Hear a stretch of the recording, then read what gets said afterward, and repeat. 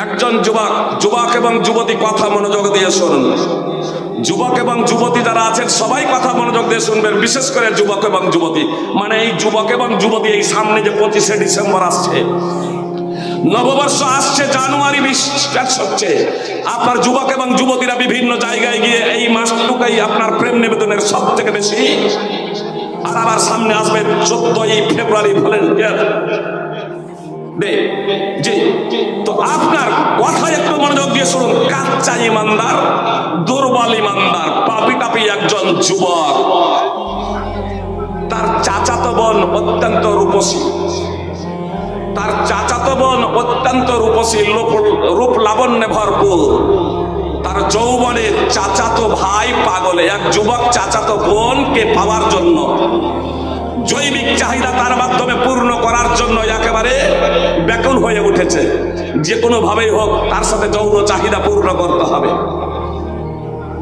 যুবক দিশাহারা, যে কোনো মূল্যেই হোক চাচাতো বোনকে ভোগ করতে হবে।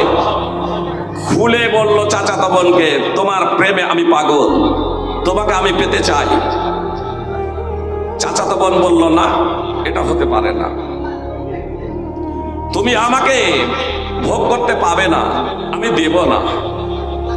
পরিশেষে একটা পর্যায়ে ওই যুবতী রাজি হয়ে যাচ্ছে, 100 দিনার দিতে হবে।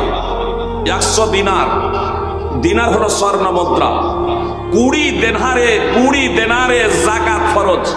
100 দিনার, যার বর্তমান মূল্য হলো 25 লক্ষ টাকা, যার বর্তমান মূল্য প্রায় 25 লক্ষ টাকা।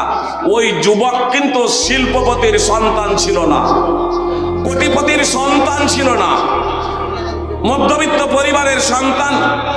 খুব কষ্ট করে পরিশ্রম করে 100 দিনার তথা প্রায় 25 লক্ষ টাকা সংগ্রহ করে ফেলল। আর 25 লক্ষ টাকা তথা 100 দিনার সংগ্রহ করার পরে আপন চাচাতো বোনকে গিয়ে বলে, এই নাও তোমার 100 দিনার তথা প্রায় 25 লক্ষ টাকা।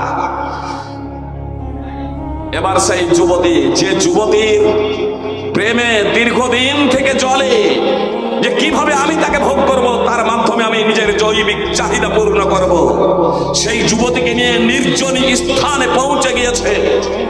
যুবক এবং যুবতী, সুপ্রিয় ভাই এবং বোন, কথা খুব মনোযোগ দিয়ে শুনুন।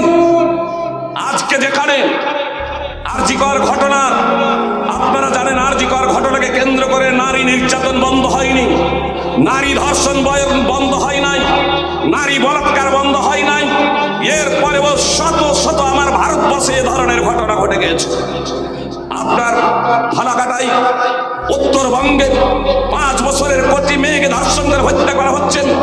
তো আপনার গুজরাটে 7 বছরের কন্যাকে, 7 বছরের একজন কচি মেয়েকে আপনার 57 বছরের একজন শিক্ষক, সেই শিক্ষকেরই আবার সে ছাত্রী, প্রাথমিক স্কুলের শিক্ষক, সেই শিক্ষকের হাতে তুলে দিচ্ছে মা নিজের মেয়েকে, যে আমার মেয়েকে আপনার পাঠশালায় নিয়ে যান শিক্ষা দেওয়ার জন্য, পাঠ দেওয়ার জন্য। সেই 57 বছরের শিক্ষক দাদা তুল্য, সেই দাদা তাকে ধর্ষণ করে হত্যা করে দিচ্ছে। এই হত্যা যখন আপনার ধর্ষণ অহরহ চতুর্দিকে একেবারে আজ ছেয়ে গিয়েছে, বন্ধ হওয়ার নাম কথাই নাই। একজন যুবতী নির্জনে, যে যুবতীর প্রেমে জ্বলছিল 25 লক্ষ টাকা দাবি করেছে, 25 লক্ষ টাকা দেওয়া ছাড়া আমাকে স্পর্শ করা যাবে না, ভোগ করা যাবে না। 25 লক্ষ টাকা সংগ্রহ করে নিয়েছে, 100 দিনার সংগ্রহ করে নিয়েছে।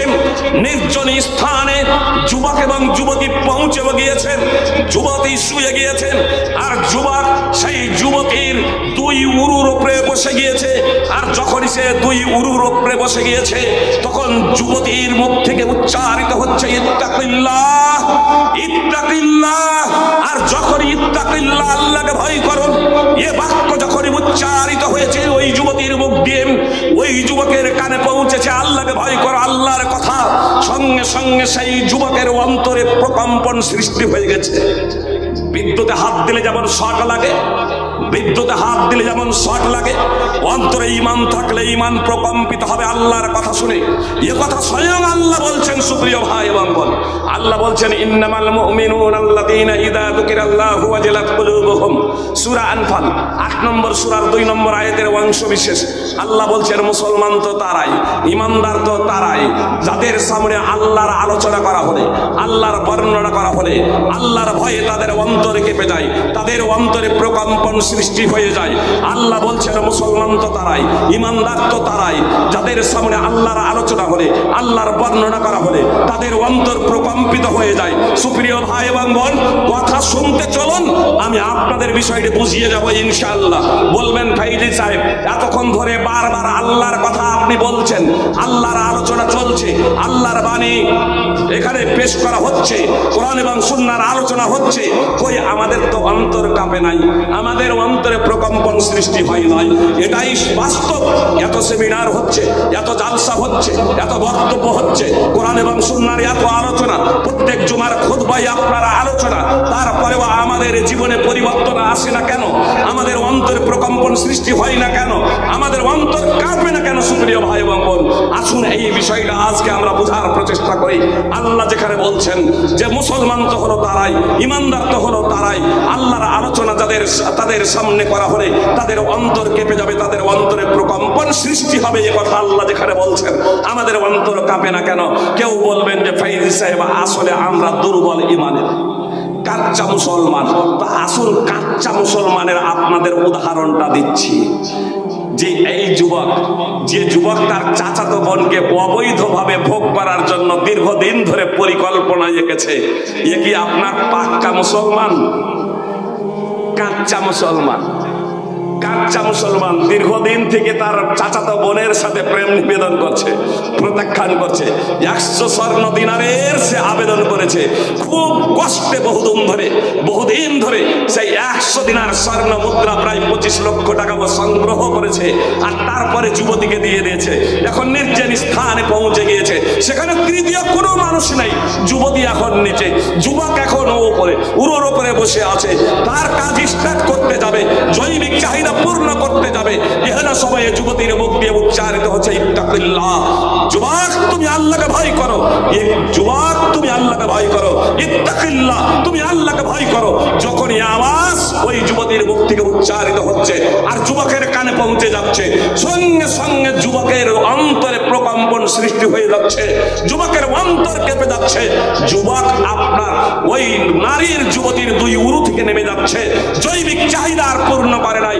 দীর্ঘদিন যাবত জৈবিক চাহিদা পূর্ণ করার জন্য যেখানে 100 দিনার স্বর্ণ মুদ্রা তথা প্রায় 25 লক্ষ টাকা আমাদের ভারতীয় সংগ্রহ করেছে, সেগুলো আপনার ছেড়ে দিয়ে সে আপনার প্রকম্পিত হয়ে আপনার জৈবিক চাহিদা পূর্ণ করছে না। এখানে আর কোনো মানুষ ছিল না, শুধু তার কানে আওয়াজ পৌঁছেছে আল্লাহকে ভয় কর, আল্লাহকে ভয় করো।